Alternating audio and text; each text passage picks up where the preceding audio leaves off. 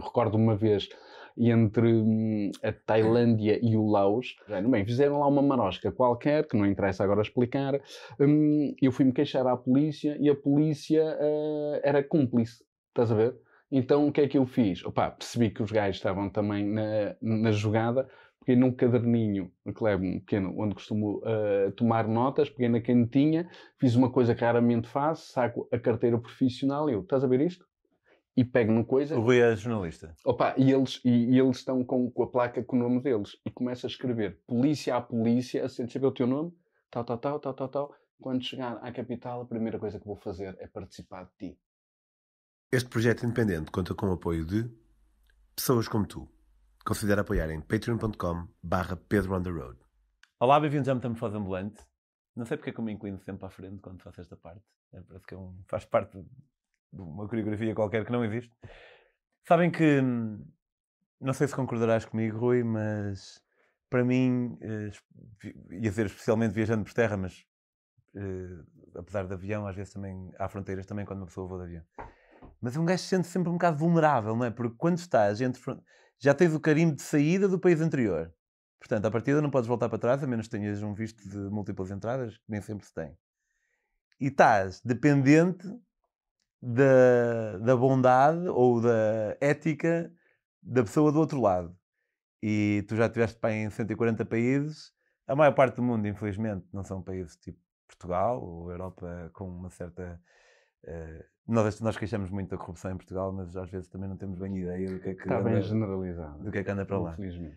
Mas são sempre situações que têm o seu potencial tenso quando um gajo anda nesses sítios. Eu sinto-me um bocado vulnerável entre fronteiras.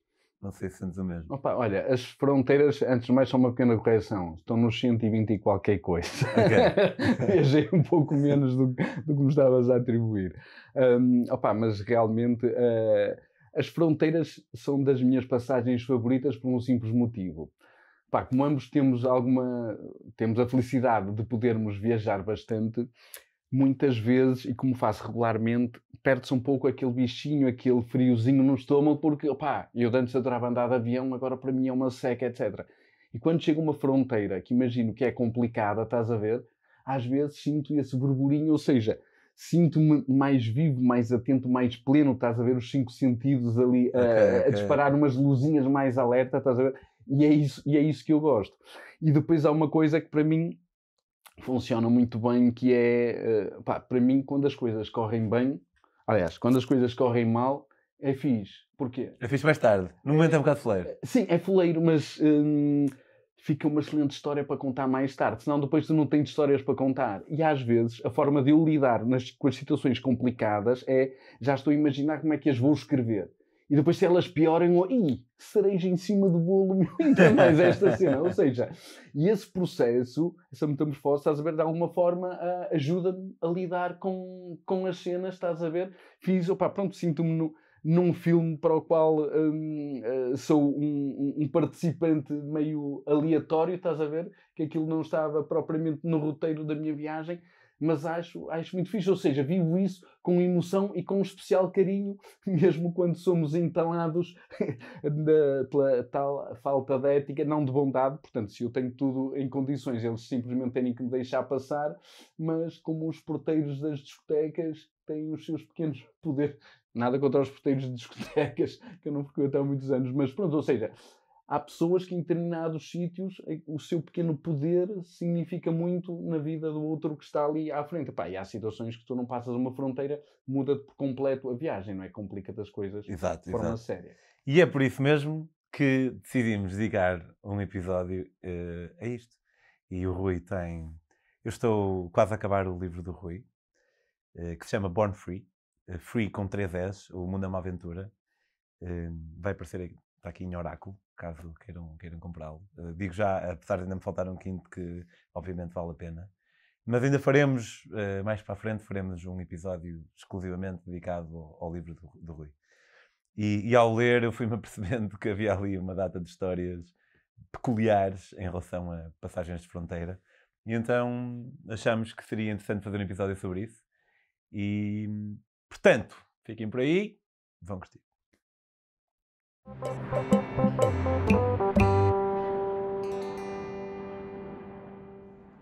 Então, Rui, nós provavelmente nestes 20, 30 minutos não vamos ter tempo para cobrir aí as tuas aventuras todas de fronteiras, mas temos aqui uma pequena seleção que eu não sei exatamente qual é, mas vamos falar de umas 3 ou 4. Sim, é razoável. E é razoável. Tu, quando dizes que viajas e vês-te um bocado como este personagem de um filme que está a acontecer, em que alguém está a ser um bocado fleiro e ao mesmo tempo sabes que estás a viver uma história fixe, mas no momento não te sentes, porque muitas vezes há muita corrupção à mistura, não te sentes indignado no momento, e agora aqui mesmo mal em fronteira, seja aquele gajo que te quer multar ou assim, pá, eu às vezes sinto mesmo, eu não sou um gajo violento e nunca fiz nada violento, a menos que fosse em autodefesa, uma vez em Espanha, quando me tentaram gamar. Mas parece que dentro de mim ali algo começa a ferver. Quando tem a ver com as autoridades, sim.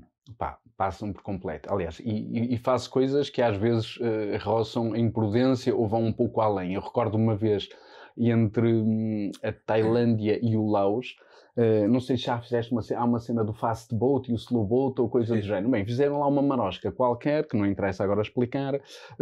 Eu fui-me queixar à polícia e a polícia era cúmplice. Estás a ver? Então o que é que eu fiz? Opa, percebi que os gajos estavam também na jogada, peguei num caderninho que levo um pequeno, onde costumo tomar notas, peguei na canetinha, fiz uma coisa que raramente faço, saco a carteira profissional e eu, estás a ver isto? E pego no coisa. O Rui é jornalista. Opa, e eles estão com a placa com o nome deles e começa a escrever polícia à polícia, assim, saber o teu nome, tal. Quando chegar à capital, a primeira coisa que vou fazer é participar de ti. Opa, mas com moral, com coisa tal, etc. A verdade é que 5 minutos depois apareceu o fast boat e a coisa foi, ou seja... Balls of steel! não explico, pá. Não gosto mesmo disso. Pá. Obviamente, sei medir as coisas e, por exemplo, na fronteira de Rosso, que acabamos de falar, entre a Mauritânia e o Senegal...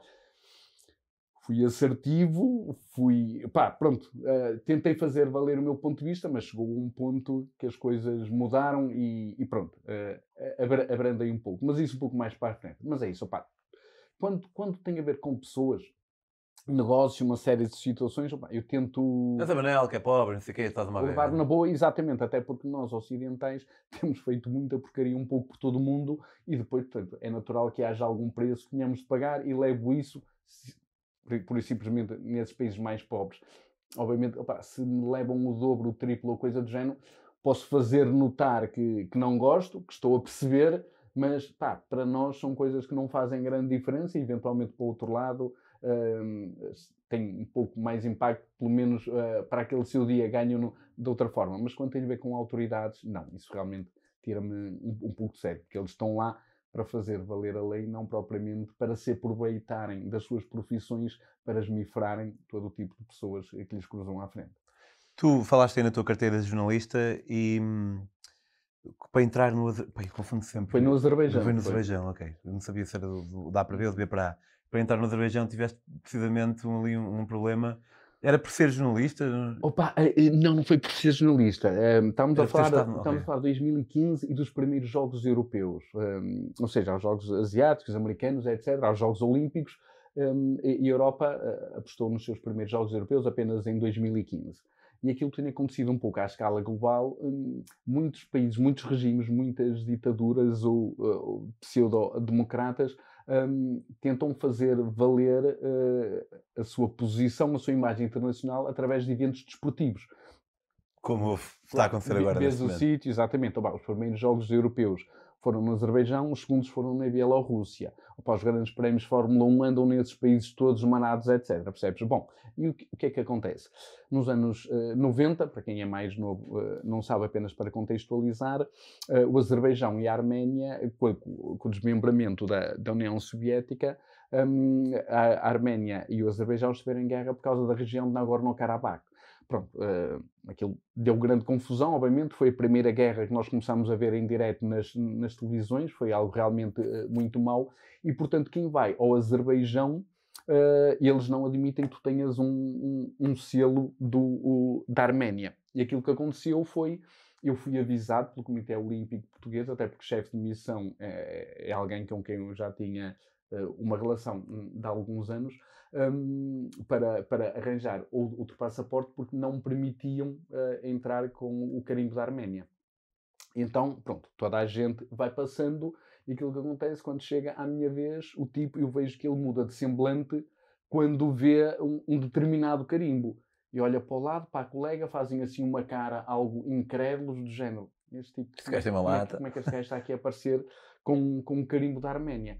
E o tipo continua a passar aquilo às tantas, pá, passou-se mesmo quando viu o Nagorno-Karabakh. Ou seja, Nagorno-Karabakh é uma região do Azerbaijão, mas que o Azerbaijão perdeu, ou seja, deixou de ter algum tipo de controle. Nagorno-Karabakh está mais ligado à Arménia, percebes?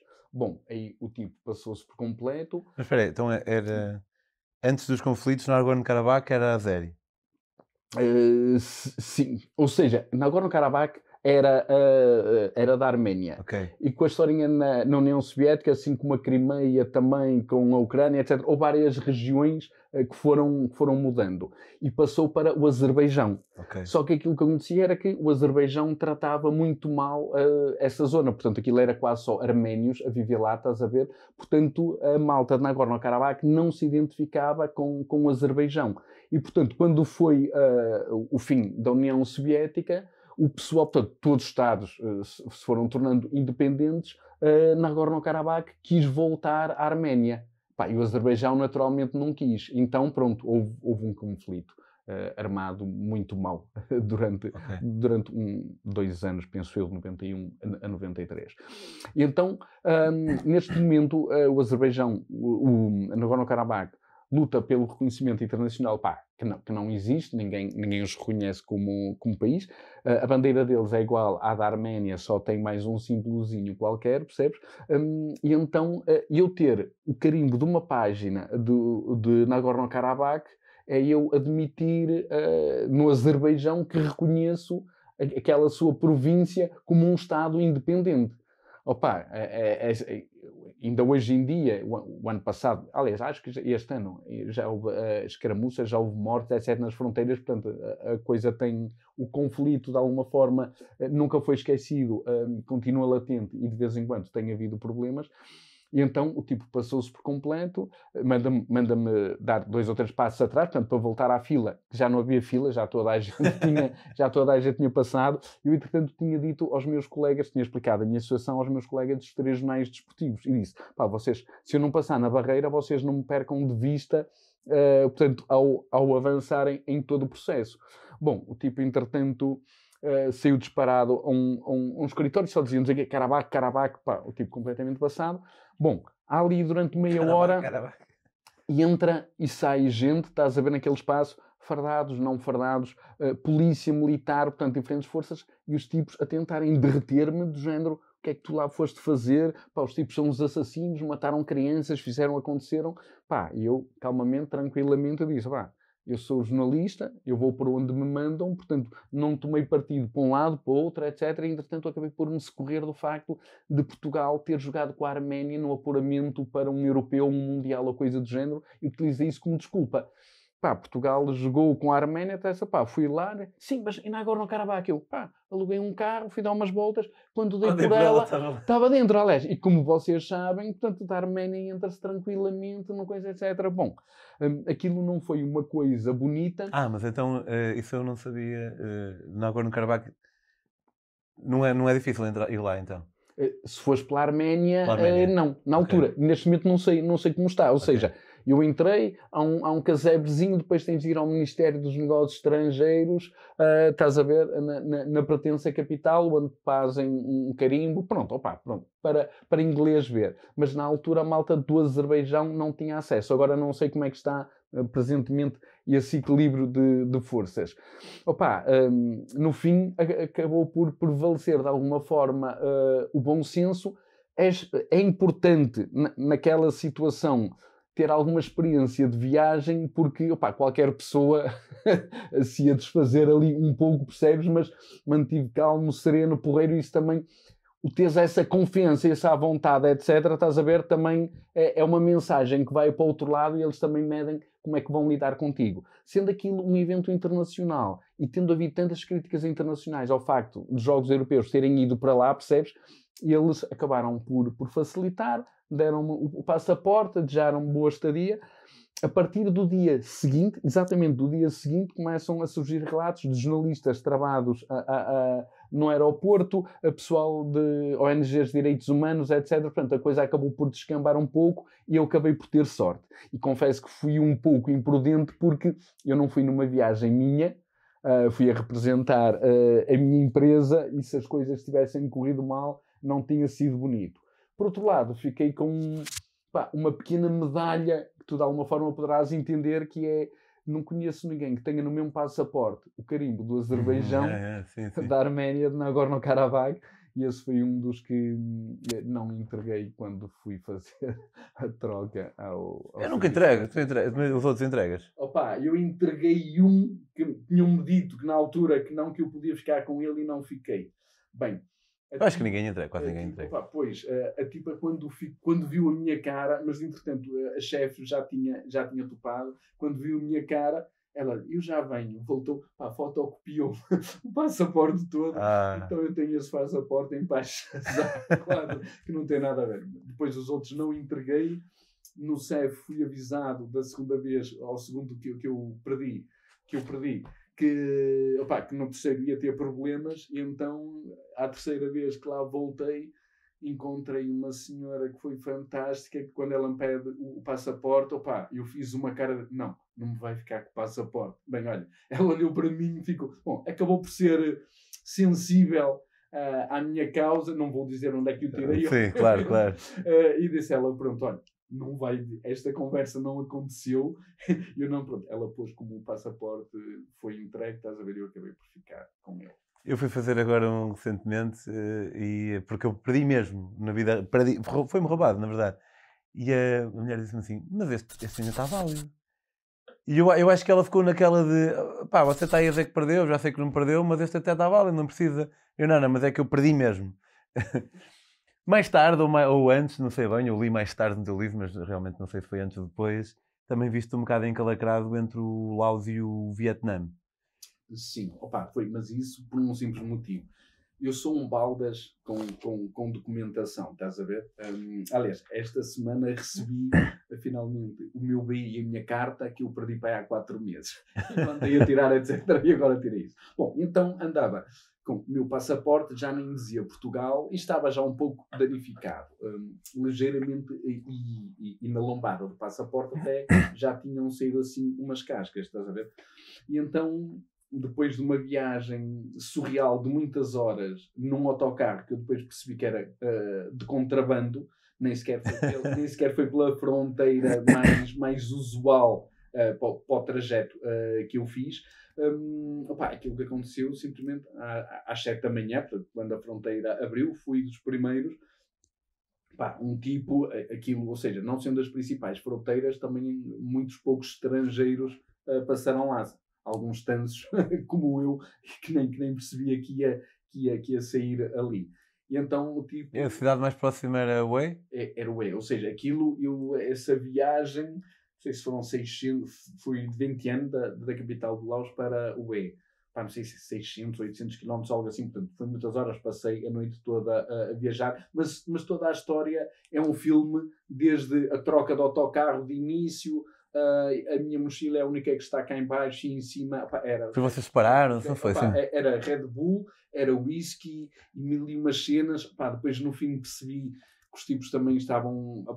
havia droga bastante no autocarro. E depois o autocarro, quando chegou ao Vietnã, foi entregar todas as pessoas a casa. Houve por vilarejos, por cenas assim maradas. E quando a malta vai levando as suas coisas, mobílias, comida, roupas, etc., quando vai saindo tudo, é que eu percebi essa historinha da droga. Bem, mas pronto. Mais pormenores no livro Born Free e o Mundo é uma Aventura. Vejam os comentários, está fixado no início. Mas voltando à cena, ou seja, aquilo que o tipo fez foi, não sei o quê, sem olhar para mim, já não pode passar a ter. pô. Mesmo aquela atitude de merda, Mas né? não posso porque estás a ver aí. Não te mandou assim. E o tipo, não sei o que é passaporte, sem nunca olhar para mim, estás a ver? Não, passaporte também não interessa se está mais bonitinho ou não, tens é que ver dentro, porque eu até já tenho o visto de entrada do teu país, etc. E o tipo, isso é que eu passei, pá, a cena de maldade, com a unha, descasca-me a lombada toda, estás a ver? E no good. E atira-me assim, com desprezo. É esses momentos, pá, que dá cá uma cena cá dentro, Opa. não é? Opa, eu nessa altura, isso foi em 2006, acho eu. Pronto, não tinha ainda a experiência de viagem que tenho agora. Provavelmente agora agiria um pouco de outra forma, talvez. Bom, mas aquilo que aconteceu foi, pá, fui-me queixar do gajo, nada, não adiantou, andei de um lado para o outro, ninguém quis saber, até que houve alguém que me disse, opá, meio a medo, um dos guardas também, opá, só estou a ver uma forma, mete-lhe uma nota de $10 ali, mas ele próprio, percebi que ele estava algo constrangido. Aliás, ele primeiro sugeriu-me que falasse com o comandante do posto. Falei com o assessor e o tipo, não vou chatear o comandante por causa de uma situação dessas. Eu, então vai chateá-lo porquê? Bom, estou para quente. Então ele disse, pá, só estou a ver imaginar que pôs uma notinha de $10 aí e pá, ires lá.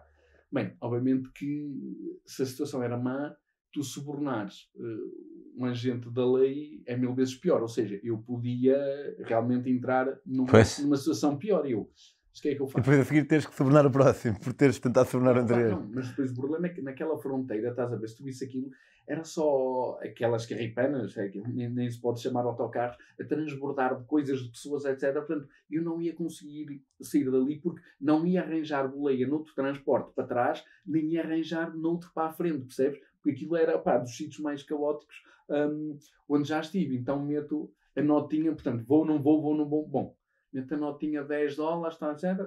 Vou lá outra vez e espero que aquilo acalme um pouco em termos de pessoas. Entrego o passaporte, o tipo pega naquilo, atira-me outra vez sem ver. Pá, eu puxo a nota um bocadinho para fora, volto a pô-lo, estás a ver? E o gajo puxa a nota um bocadinho para fora. E o gajo põe o passaporte de lado, estás a ver? É assim, bom, ok, significa que há uma esperança. Passado um bocado, o gajo entrega-me um papel a dizer 30 USD. E eu, ok, pronto, tens um preço. Tendo em conta que boa parte da população naqueles tempos, e presumo que se mantém, vive com menos de $1 por dia, estás a ver? O que ele me estava a pedir era uma cena de um mês, estás a ver? E eu, está tudo. Bom, arranjei, o que é que eu fiz? Ainda assim, em vez de lhe dar, eu presumo que ele queria mais 30, percebes? Mas aquilo que fiz foi, ele entretanto ficou logo com os 10, eu acrescentei uma de 20, estás a ver? E o tipo viu aquela cena e devolve-me outra vez o passaporte, estilo chateado, estás a ver? Pá, e eu aí, de um ato irrefletido, passei no passaporte e ponho-lhe assim, ou seja, bate-me mesmo como se fosse a bater uma carta, estás a ver, numa tasca, ponho-lhe assim o passaporte e olho, pá, mas foi uma coisa irrefletida, não foi algo pensado. E o tipo acabou por ver aquilo, etc. Pá, passou-me o passaporte e avancei. Ou seja, pá, digamos que foi das fronteiras assim um bocado mais chungas, porque é que eu depois dali não via como sair, estás a ver? Como regressar, ou seja, passar não iria passar, mas mesmo para voltar à capital do Laos ia ser complicada, tendo em conta, estávamos efetivamente em 2006 e o Laos abriu ao turismo em 2003 ou 2004. Eu nem sabia que não estava aberto antes. Não estava, ou seja, as situações no Laos eram muito rudimentares ainda em termos de turismo, de infraestruturas, etc. Percebes? E portanto, agora provavelmente, entretanto, o Laos virou um mega spot de turismo internacional, que foi lá parar tudo, quanto era malta de todos os cantos do mundo, e portanto a situação mudou. Mas naquela altura não, era um bocadinho mais durinho, mais raw. E a terceira história de fronteiras é uma que eu não conheço porque é posterior à publicação do livro do Rui. Imagina, o teu livro tem 50 crónicas, não é? Sobre 50 sítios. Vai a 53 países. 53 crónicas países. em 53 países. A tua ideia é fazer tipo 4 livros de 50... Não. Olha, este foi escrito na pandemia. Bem, escuso de te dizer o trabalho que é. Se a história está lá é porque me marcou. Eu quando estou numa coisa que me marca, estás a ver, todos os meus sentidos, estás a ver, ganham sensores especiais que fazem com que as coisas perdurem em mim. Pá, a mais complicada foi o ano passado, quando a Mauritânia era um dos meus sonhos de viagem. acabei por ir lá. Mauritânia era um dos meus sonhos de viagem. Disse ninguém, nunca. Não, mas opa, mas eu entendo. Não só, mas para as pessoas normais é uma frase um bocado engraçada. Não só pelo imenso comboio, mas sobretudo porque é um daqueles países que eu imagino que é... Sabe-se muito pouco e é muito exótico. Sabe-se muito pouco. Xinguete, teres uma das grandes bibliotecas do mundo ali a ser engolida pelo deserto, naquele fim do mundo. E já não pensava nisso há anos, já eles têm lá... Aquelas aldeias, aquelas cidadezinhas que é como voltares à Idade Média, os mercados, etc. Portanto, é isso, é fazeres uma viagem no tempo, não tem nada a ver, portanto. Bom, e então aquilo que aconteceu, estou eu ainda nas nuvens a sair da Mauritânia, e a fronteira é de Rosso, que ainda há umas semanas na Serra Leoa há um rally que não sei se alguma vez participaste, eu não, que costuma sair em Budapeste e este ano ia acabar em Bamako, mas como as coisas no Mali estão complicadas, acabaram na Serra Leoa. O rally daqueles em qualquer pessoa pode participar? Sim. Okay. Sim. De uma malta manada, é um rally solidário, eram 300 carros todo mundo, para teres uma ideia. Então falou-se, eu perguntei-lhes da Mauritânia e falei da fronteira de Rosso. E a malta que eu falei, Rosso, nos guidebooks era em letras vermelhas, tudo, coisa, etc. Façam tudo, menos algum dia passar por essa fronteira de Rosso. Portanto, Para o Senegal, não sei se disseste, era para o Senegal. Sim, entre a Mauritânia e o Senegal. Então aquilo que acontece foi, e o esquema está tão bem montado que começa em Nouakchott, na capital. Ou seja, eu venho de Nouadhibou naquele dia, no norte, junto ao Saara Ocidental, já tenho umas horas de viagem e quero despachar-me, então saco um táxi. E quero ir para a fronteira que tu passaste, perto de St. Louis. E aquilo que o tipo me diz foi, mas essa está fechada, não está aberta, etc. E eu, não vi motivo para desconfiar. Mas isso vai-me obrigar a dar uma volta um bocado maior. E ele, pois, mas isso, tal, etc. Não é? Bem, então, começa logo a fazer um telefonema e diz-me ele pouco depois, vocês já têm autorização especial para fazer? Eu, que autorização especial? Não preciso, eu passaporte português e europeu, entro no Senegal na boa, já estive no Senegal, isto, aquilo na boa. Bom. O visto agora é na fronteira? Não, ou seja, isto é o tipo o taxista já está, é o primeiro tipo da cadeia alimentar dos introdominadores, estás a ver? Okay. Ou seja, e ele vai ligar, eu vou ligar, eu tenho um amigo na fronteira, portanto, ele está a ligar para um polícia a dizer que está a mandar, portanto, eu ia mais com 2 amigas e um amigo, a dizer, olha, tenho aqui 4 tansos para tu explorares, estás a ver? Então vamos lá, não, mas eu tenho um amigo que resolve isso, tal, etc. Eu, bom, deixa-nos na fronteira, verdadeiramente caótica, pessoas, animais, carros, motos, mesmo em um sítio não bonito em que, todos os teus sentidos, os ruídos, os cheiros, o pó, o calor, etc. Bom, não é um sítio cool. E a primeira coisa, estou a tentar passar um portão que está aberto onde toda a gente entra e passa, etc. E há logo um tipo que diz, etc. Não sei que tens que pagar para ir para o ferry. Não, o ferry é de Borley lá, mas tu tens que pagar e tal, etc. Não sei o quê. Já queria cobrar $10 a cada um. Eu deixei o gajo a falar sozinho e depois lembro-me o gajo me dizer, de uma forma ou de outra, mas com ar de ameaça, de uma forma ou de outra vais pagá-las. Eu não liguei e continuei. Então, quando vou passar pela polícia, aparece, portanto, lá num gabinete onde não mostrava o passaporte, era outro escritório, vou ter com o tal tipo que era o amigo que o gajo começa-me a falar do papel. O que é que aconteceu? No tempo da Covid havia uma autorização especial para passarem a fronteira. Só que essa autorização já tinha acabado, essa necessidade já tinha acabado há mais de meio ano, estás a ver? E eles continuam a usar aquilo para chantagearem turistas. Basicamente é isso. Bom, então aconteceu, não liguei, vi que o gajo queria dinheiro, eu, não, está tudo bem, etc. E fui ao guichê onde tinha realmente que mostrar o passaporte. Bom, naquela cadeia alimentar, várias pessoas a pedirem dinheiro, etc. Eu começo-me a passar e às tantas há alguém, quando eu estou para ir para o barco, há um tipo que vem ter connosco, depois, isto é uma corrupção de todo tamanho, os tipos são não sei o que, ou seja, há alguém que cria empatia contigo e tu vês realmente alguém que está do teu lado a dizer mal dos outros, e eu penso que há alguém que me está a ajudar, mas não, é Faz alguém parte. que me está a cravar ainda mais fundo aquilo. Então ele disse, opá, eu conheço o comandante do outro lado, deem-me os passaportes que eu vou logo ter com ele, etc. Bom, metemos no ferry, chegámos ao outro lado, nem sequer chegámos à zona onde mostramos os passaportes. O tipo entrega-nos os passaportes aos polícias senegaleses que estão do outro lado, que fazem parte do esquema. E o tipo, não pode, vai para trás, tem de ir para trás, etc. Eu, para trás, porque vocês nem viram o passaporte, eu posso entrar, posso passar, etc. Tipo, não, também começam ali a armar uma confusão. Opa, entregam os passaportes a uma autoridade da Mauritânia. Então, mas nós estamos no Senegal e tu estás a entregar os meus passaportes. Pá, eu quero ligar à minha embaixada, vou ligar, começa a fazer um barulho. Pá, só que as miúdas que estão comigo começam a ficar nervosas. E às tantas, está o tipo a ameaçar-me de porrada, do género, ou entro para o barco a bem ou a mal, porrada, e as minhas duas amigas a berrarem comigo. E o caralho, estamos a pôr em problemas e tal, e não sei o que, entra para a merda do barco. Entra para o barco.